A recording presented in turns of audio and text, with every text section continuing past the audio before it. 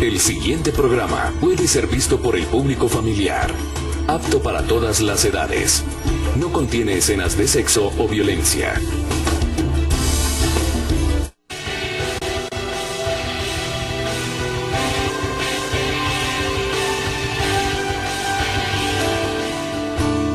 Llévame donde los hombres necesiten tus palabras, necesiten mis ganas de vivir, donde falte la esperanza, donde falte la alegría, simplemente por no saber de ti.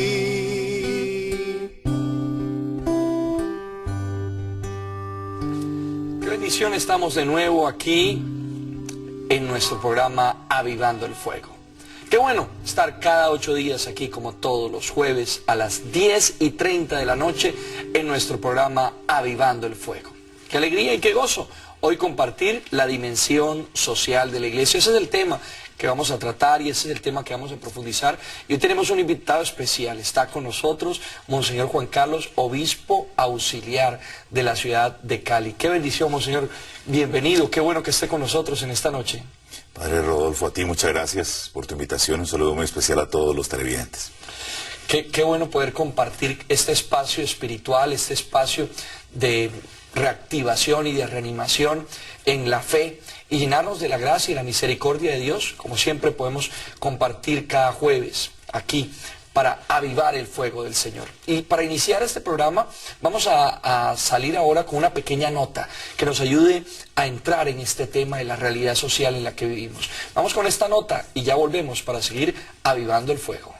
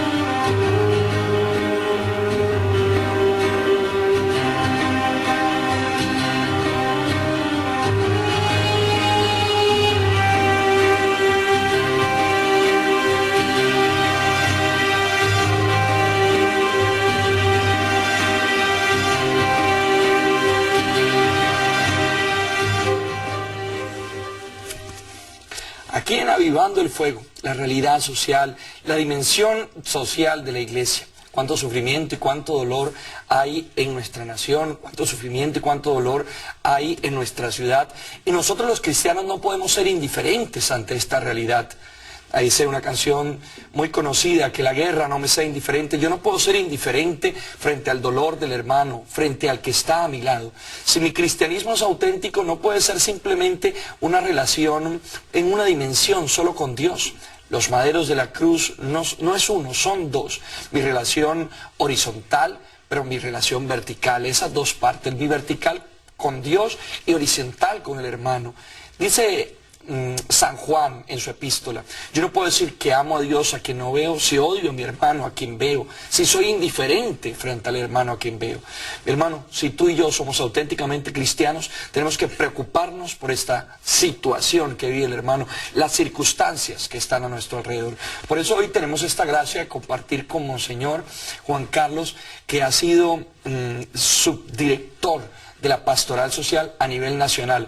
Monseñor, qué bueno que podamos compartir un poco este tema social y desde su experiencia como subdirector de la pastoral social, ¿qué invitación nos podría hacer a todos los cristianos católicos y los cristianos que en este momento estamos conectados con Avivando el Fuego? Pues Padre Rodolfo, en la misma línea que tú dices, la fe del cristiano no está completa si no llega a ese culmen que es signo de madurez de lo social, de la preocupación por lo social, de la acción caritativa. Podemos imaginarnos la fe del creyente como una mesa. Llamemos esa mesa el ser creyente. Y está parada sobre 3 patitas. Si le falta una, la mesa cae. Y esas 3 patitas se llaman querigma, celebración y solidaridad o caridad. El anuncio de la palabra, de la buena noticia, celebrar esa buena noticia que llega a nuestra vida como salvación, pero esas 2 cosas se traducen en servicio, en ser portadores efectivos. No es solamente un anuncio afectivo, sino efectivo de un Cristo que transforma la vida de las personas. Por eso la invitación es a creer que la dimensión social en la iglesia no es un elemento aparte, marginal, paralelo de otras acciones, porque tenemos la tendencia a pensar que la pastoral de lo social, la evangelización de lo social, va por un lado. Y podemos decir, incluso siendo sacerdotes, laicos comprometidos, etc. No, lo mío es la predicación. Yo me quedo con la predicación porque eso sí es lo mío. O yo me quedo con los sacramentos y con la celebración porque eso sí es lo mío. O yo me quedo con la caridad porque eso sí es lo mío. Las 3 cosas hacen el complemento y la integralidad de la naturaleza, el ser y el quehacer del cristiano. 3 herramientas, 3 bases, 3 fundamentos para ser auténticamente cristianos. Entonces, mi hermano, esos que están de pronto solo pensando, no, yo con la misita ya yo como que estoy cumpliendo, voy a la misa y celebro y doblo los ojos y siento la emoción de tener al Señor en mi corazón, pues esa emoción de tener al Señor en el corazón debe llevarte a un servicio concreto con los hermanos que están a tu alrededor, y te deben llevar también a comprometerte a ser instrumento de evangelización y de misión. No puede ser una sin la otra. Monseñor, la Conferencia Episcopal de la Aparecida hablaba un poco de esto y decía que todo discípulo debía ser misionero, y si no es misionero, entonces no es discípulo. Va por esa línea. Por esa línea, por supuesto. De hecho, Aparecida eliminó la preposición o la conjunción, y, ¿no? Ya no hablamos de discípulos y misioneros, sino que se toma como una única palabra, como un nombre que va íntima e indisolublemente unido. Es el discípulo misionero, discípulo misionero. No se puede ser discípulo sin ser misionero, y no se puede ser misionero olvidándose o teniendo siempre presente la realidad del ser discípulo. Las 2 cosas se implican mutuamente, pero el ser discípulo misionero se vive en esas 3 líneas. Yo suelo decir que cuando uno se limita solamente al anuncio de la palabra, se vuelve un demagogo, ¿no? Aquel que solamente habla, dice cosas muy bonitas, pero no pasa de la palabra. La palabrería se queda en palabrería, las palabras se las lleva el viento.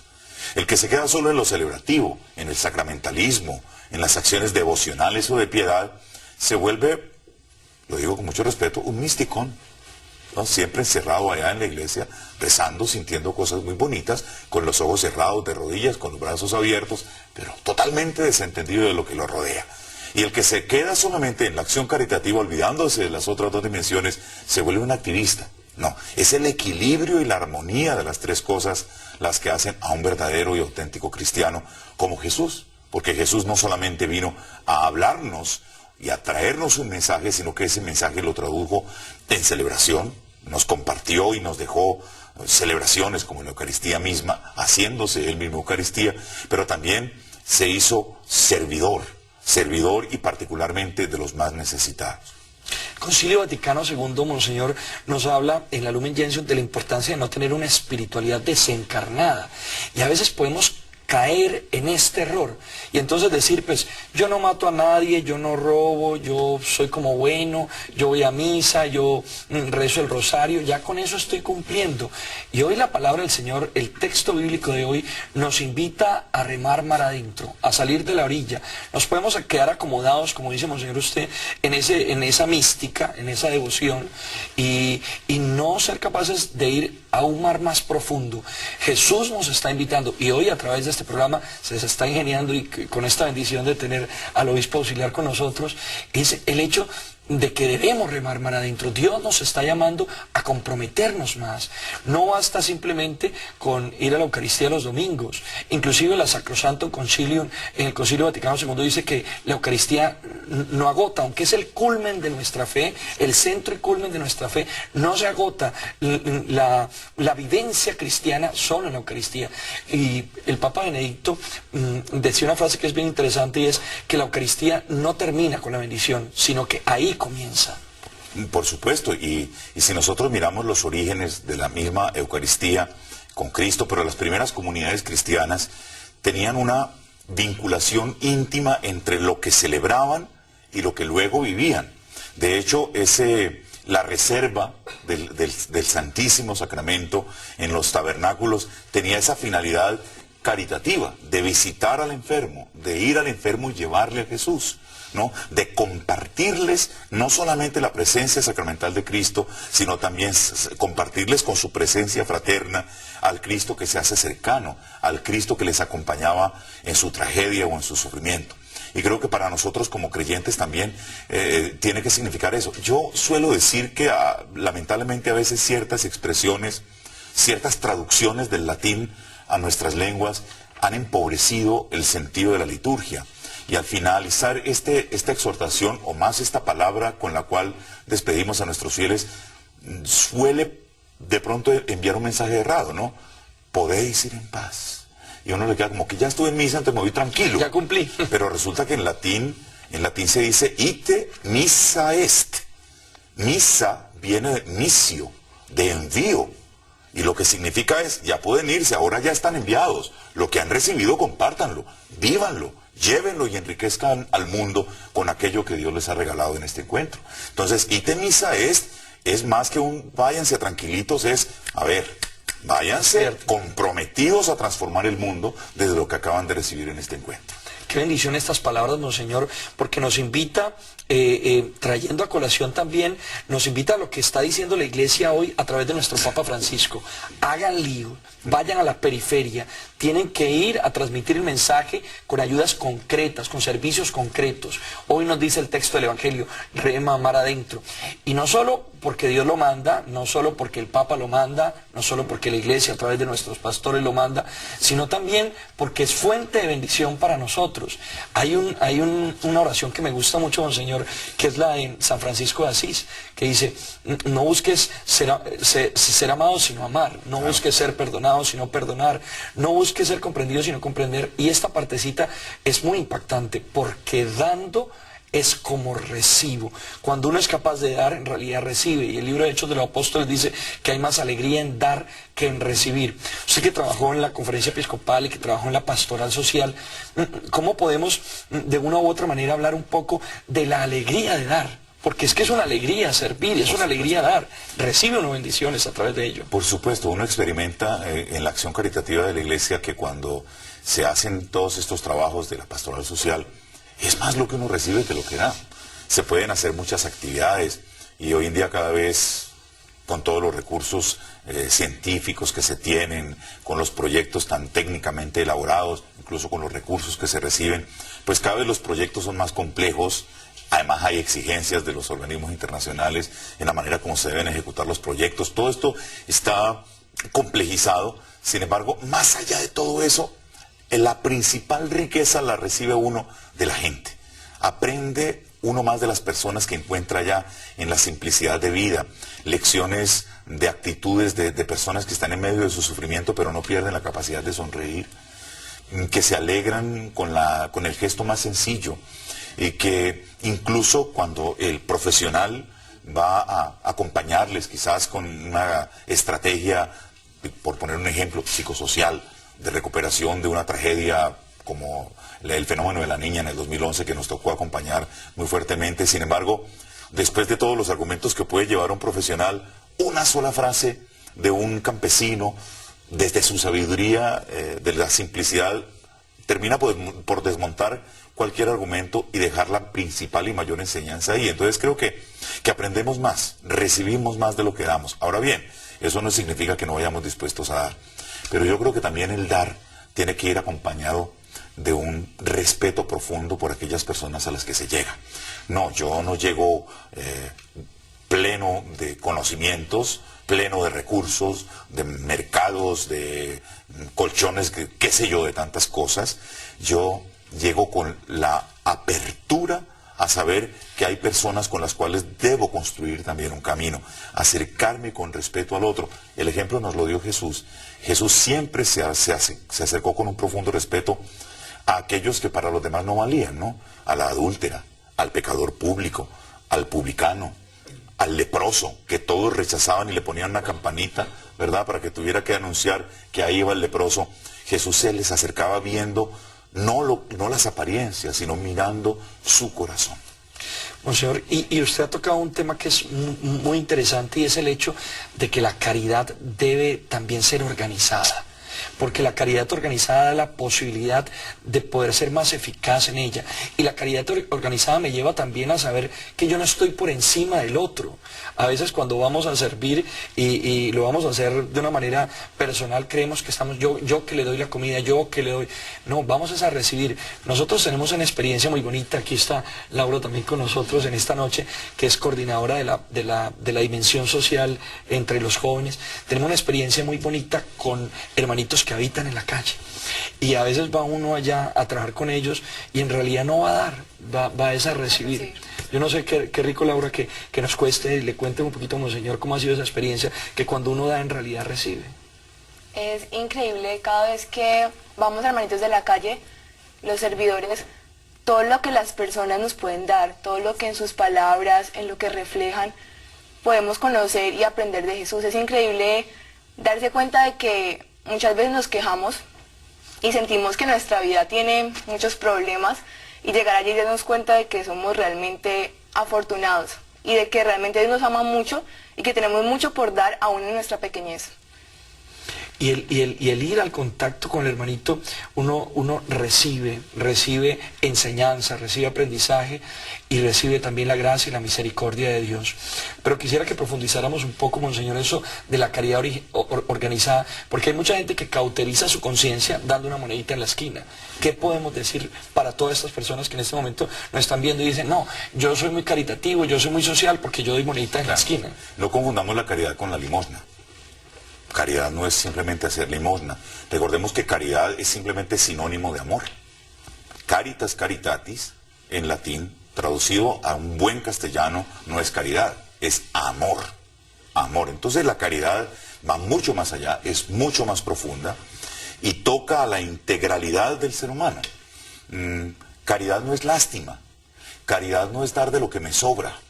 Caridad no es quitarme de encima a alguien que me está estorbando porque me molesta, o porque le tengo miedo, o porque huele mal, o porque, por tantos prejuicios sociales con los cuales nosotros miramos muchas veces a las personas que nos rodean, o pretendemos que es lo peor, invisibilizarlos con nuestras actitudes. Creo que caridad es apuntar a hacer a la persona humana más digna. Caridad es descubrir en el otro, aún en medio de esa maraña de cosas que la tienen sufriendo y que la tienen postrada, el rostro mismo de Jesús, que está ahí presente y a quien tengo que servir y amar. Bendito sea el Señor. El rostro presente. Hay un filósofo del siglo pasado, Emmanuel Levinas, que dice, en el otro está la huella de Dios. Y cuando somos capaces de ver en el otro la presencia de Dios, entonces actuamos de una manera distinta, de una manera diferente. Nosotros tenemos la experiencia con hermanitos de la calle y hablábamos en estos días en la delegación de pastoral y decíamos, hombre, lo que pasa es que no podemos hacer paternalismo, cuidado con el paternalismo. Y hay una frase que es frase de cajón, pero hay que reiterarla. Es más fácil dar el pescado que enseñar a pescar. Entonces, el paternalismo hace que la persona pueda quedarse allí, siga allí, no salga de allí. Lo importante es que tú toques toda la integralidad de la persona. Entonces, ¿con qué fin estamos dando una ayuda un domingo, los hermanitos de la calle? Hombre, con el fin de hacerlos sentir personas, de hacerlos sentir dignos, valiosos. No solo repartirle una cajita, porque eso es hasta denigrante, sino es sentarnos con ellos, escucharlos, orar con ellos.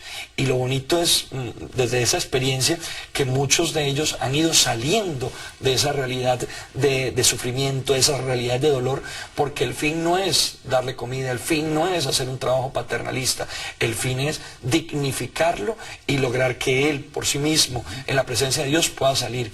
Es muy importante que hablemos de este tema, monseñor, porque a veces nos quedamos en el paternalismo. Y tú lo has dicho muy bien, padre, tú lo has dicho muy bien, se trata de dignificar al ser humano.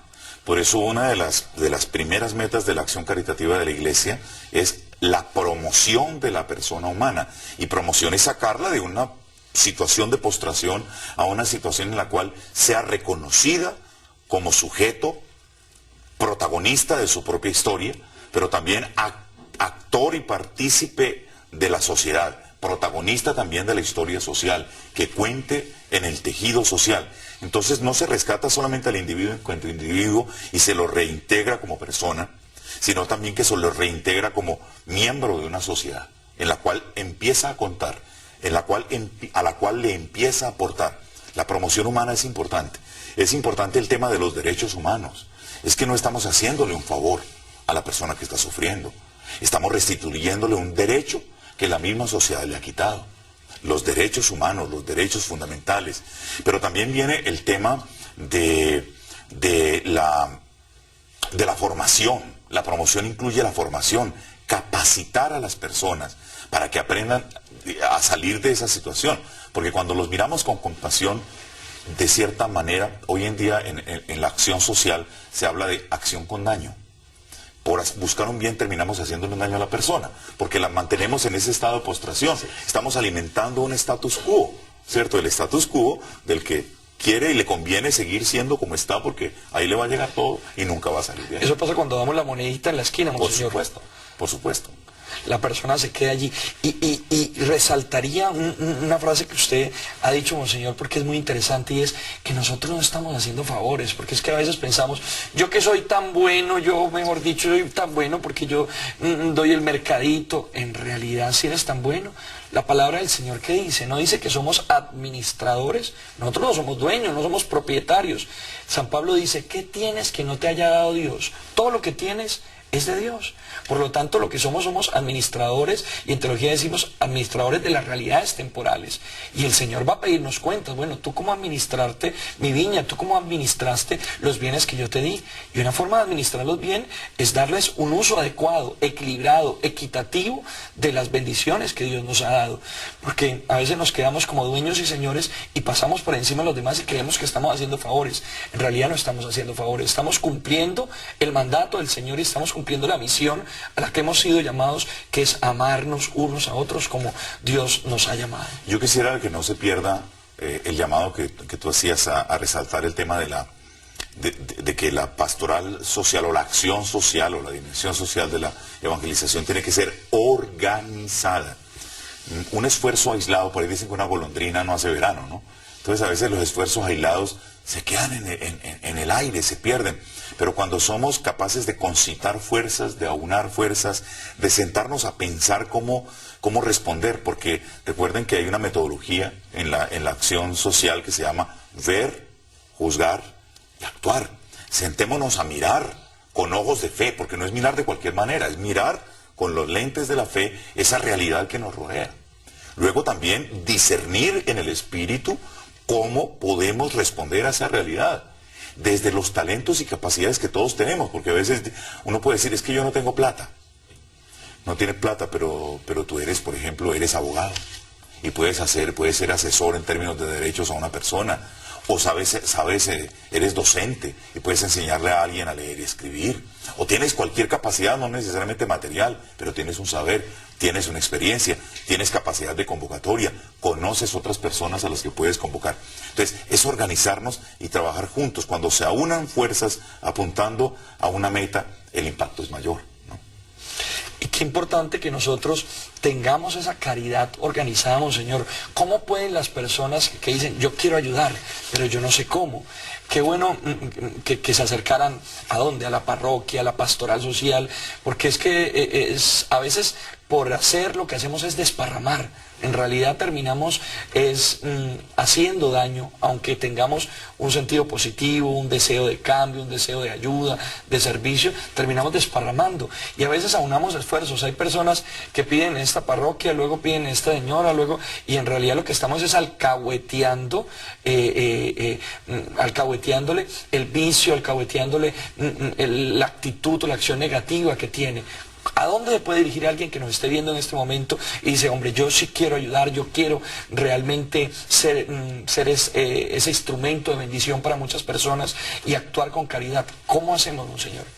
Bueno, hay muchas organizaciones que realmente son serias, trabajan. En cada diócesis tiene que haber una delegación de pastoral social y caritativa, pero hay también otro tipo de fundaciones más allá de la pastoral social y caritativa en cuanto tal, que se orientan a un aspecto específico de la caridad, a trabajar con los pobres, a rehabilitar drogadictos, a fortalecimiento de capacidades de personas en labores artesanales, qué sé yo. Hay tantas cosas en las cuales uno puede de pronto ver identificado su llamado a servir. Lo importante es hacerlo y no quedarse ni a la orilla diciendo no puedo hacer nada, o porque no tengo plata, porque la caridad no necesita de plata realmente. Esa es una excusa que siempre sacamos, no tengo plata, pero tengo otras maneras. Recuerda a Pedro, ¿no? Con aquel paralítico, ¿no? No tengo plata, pero tenía algo maravilloso que darle, y eso que le dio, pues hizo restablecer a esa persona, a restablecerla a la dignidad que había perdido. Entonces, nosotros podemos decirle a no tengo plata que darte, pero a lo mejor el Señor te está diciendo que tienes cosas mucho más valiosas que el dinero para darle y enriquecer a esa persona. Nadie es tan pobre que no pueda dar nada, nadie es tan rico que no necesite de alguien y no necesite de algo. Monseñor, a mí, yo tuve una experiencia, a mí me pasó algo empezando en el camino del Señor, y fue algo que tiene que ver con esto. En Medellín, aún era seminarista, estaba iniciando en el seminario, y estaba el día libre en Medellín, y había un ancianito en una acera allí, tiradito, y yo sentí como un llamado del Señor, como a ayudar, como a servir, como yo no estoy haciendo nada, y me metí la mano en el bolsillo, monseñor, y como era seminarista, como buen seminarista, tenía el bolsillo pelado, no tenía ni un peso, y yo dije, pues no tengo dinero para ayudarle, pues seguí de largo, y después en la esquina como que sentí como el regaño del Señor, reflexioné interiormente y dije, pero ¿quién dijo que esta persona la única forma de ayudarla es con dinero? ¿O quién dijo que él lo que más necesita es dinero? Y después que empecé a trabajar con habitantes de calle, con hermanitos de la calle, me di cuenta que la mayor necesidad de ellos no es de comida, la comida se la consiguen. La mayor necesidad que tienen es de amor, de sentirse personas, de sentirse dignificados. Entonces, eso que dice usted es muy cierto. No saquemos excusas, es que no tengo, es que no puedo. Todos tenemos este llamado particular. Monseñor, yo estoy embelesado pues escuchándolo a usted, es una gracia mayúscula el poder tener al obispo en nuestro programa, al obispo auxiliar. Es una bendición tener aquí a Monseñor Juan Carlos Cárdenas con nosotros. Denos un mensaje final para todos los que están viendo Avivando el Fuego en este momento. Se nos acaba el tiempo, pero queremos ese mensaje final de pastor a todos los que están viendo Avivando el Fuego sobre esta dimensión social de la Iglesia. Yo quisiera simplemente puntualizar también un aspecto final de la acción caritativa. A veces nos quedamos en la caridad asistencialista o asistencial, y sobre todo una caridad que se limita, permítanme decirlo con mucho respeto, a la olla, ¿no? Caridad es dar comida, dar mercados, y esto es caridad. Pero nuestro país tiene tantos retos. Estamos pasando por situaciones de conflicto. Estamos hablando que en nuestros barrios hay fronteras invisibles. Estamos hablando de que hay jóvenes que están cayendo en las redes de la droga porque no se les están ofreciendo otras alternativas. Estamos hablando de que hay personas que no tienen oportunidades de acceso al estudio, y estamos en la sociedad del conocimiento, y la peor pobreza que tenemos en nuestro tiempo es la no posibilidad de acceder al conocimiento. Pero nosotros podemos también apuntarle a todas esas otras cosas. Entonces el llamado es a que pensemos y le preguntemos a Dios, o lo discernamos delante de Dios, ¿cuáles son los talentos que Dios me ha dado? No necesariamente dinero. Con esos talentos, Señor, enséñame a servir y a llegar a mi iglesia para poner esos talentos al servicio de mis hermanos y hermanas más necesitados. Denos la bendición final, monseñor. Bueno, pues yo quisiera bendecirlos con la bendición que he escogido, que sea siempre mi bendición como obispo, y es la bendición aronítica, ¿no? Que el Señor los bendiga, los guarde, les muestre su rostro, los trate con bondad, vuelva hacia ustedes su mirada y les conceda su paz. En el nombre del Padre, y del Hijo, y del Espíritu Santo. Amén.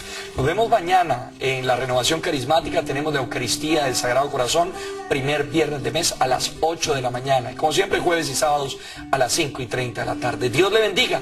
Nos vemos dentro de 8 días, como siempre, aquí en Avivando el Fuego. Llévame donde los hombres necesiten tus palabras, necesiten mis ganas de vivir, donde falte la esperanza, donde falte la alegría, simplemente por no saber de ti.